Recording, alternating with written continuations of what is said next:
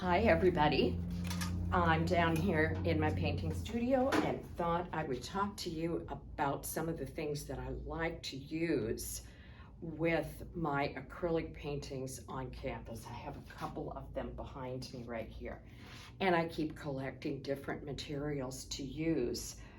But one of the newest things that I have is this large brush right here. It's an Oriental painting brush, and I really like it a lot, and it's helped me in putting down some wide areas of color with washes in my acrylic paintings when I first begin those. So if I'm not using this, and this picks up quite a bit of water, which I really like, it holds a lot of moisture. If I don't use that, then I use these, you know, really inexpensive brushes where you get 3 in a pack, and I tend to use these. I like to start in the beginning with really wide brushes. So I've got several of them.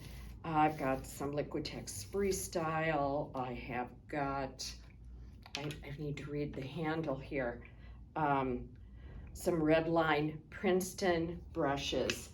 But I like these big brushes that have, you know, a pretty wide swath of color, so I can get started with some really wide strokes of color. And I like to get some washes in, some thin layers of color in the beginning. So that's usually what I start with. And then I also like to start with mark making. And so a lot of different things that I use. I really like these Art Graph tailor shape water-soluble squares. I use these quite a bit in both pastels and in acrylics. I really like them a lot. So they make a really intense line, and they also create also a nice wash of color. Then I have some other mark making tools that I like to use just in the beginning of a painting. And other things that I use may be even pastels. I have some big chunky Art Graph, or not Art Graph, but big chunky pastels here. And they are, the brand is Art Spectrum pastels, and I buy just a few that I know I'm only going to use with my acrylic painting, and I start some of these with some mark making. You can see a little bit of this one in this painting here, and I also have this color in here. I usually start in the beginning with some kind of mark, and then I cover it with matte medium. And I have some other pastels only to use down here. Here is a large Sennelier pastel. I only have 3 of these. I have orange, I have this one, and I have a really dark blue. But you can see here, I made some marks in this painting in the beginning with this large pastel. I wish I could get more of these. I bought it for $2. So, and then I have some water-soluble graphites. This is a large, extra large, also Art Graph graphite, which will make, you know, a big, bold, dark mark, which is really nice to use. And then I also have some of these. These are a favorite of mine. Derwent water-soluble graphite and charcoals. So I have down here, I have blue and green and brown and ochre and graphite, and I like to use those also. So in the beginning, I probably start with little sketches that I've made in my sketchbook, just thinking about just kind of trying to visualize what it is I'm going to do as far as color and the placement of the darks and some of the lines that maybe might move through there. I sketch out some little lines, and then I just get started and work very loosely and intuitively, and I don't do a lot of thinking beforehand. I just kind of let it flow, and then I start adding heavier body acrylic paints after that.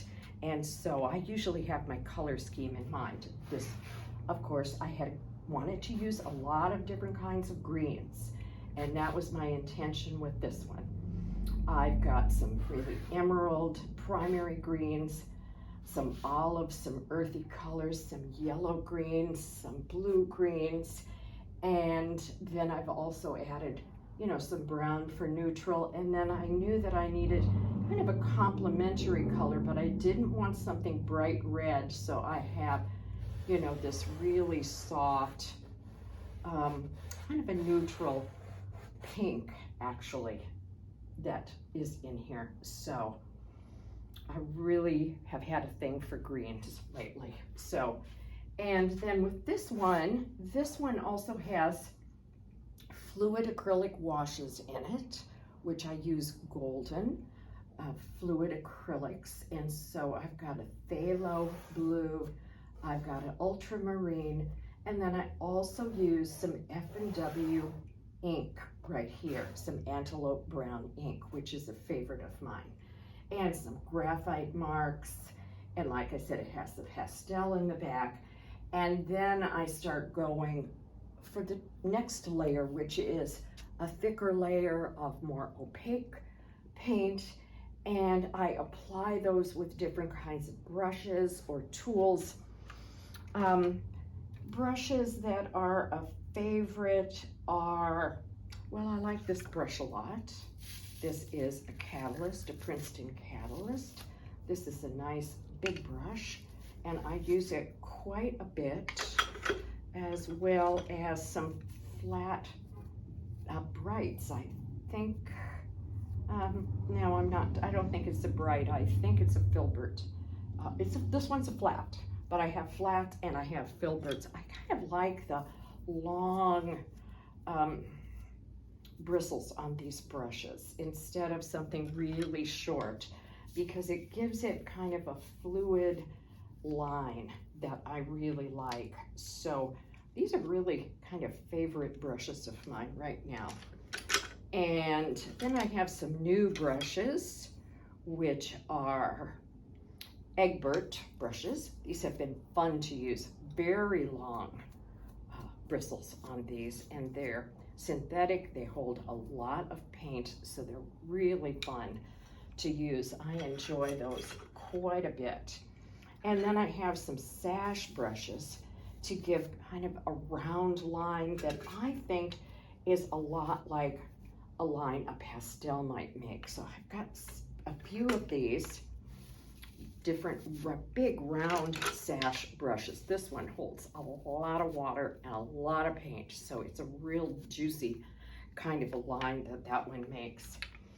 And so really I use a lot of the same brushes most of the time. I would say I use these Catalyst brushes, and I use these, as I showed you earlier. This is a, you know, combination of filbert and flat brushes, and I use these quite a bit. These are favorite brushes.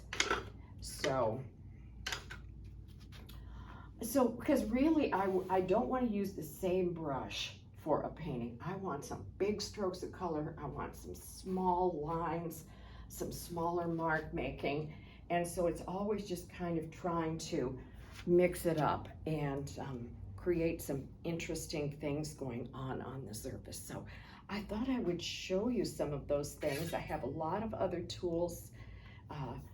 One of these, which I don't use very often, but I thought it would be fun. Here's another thing that I use all the time. I have these silicone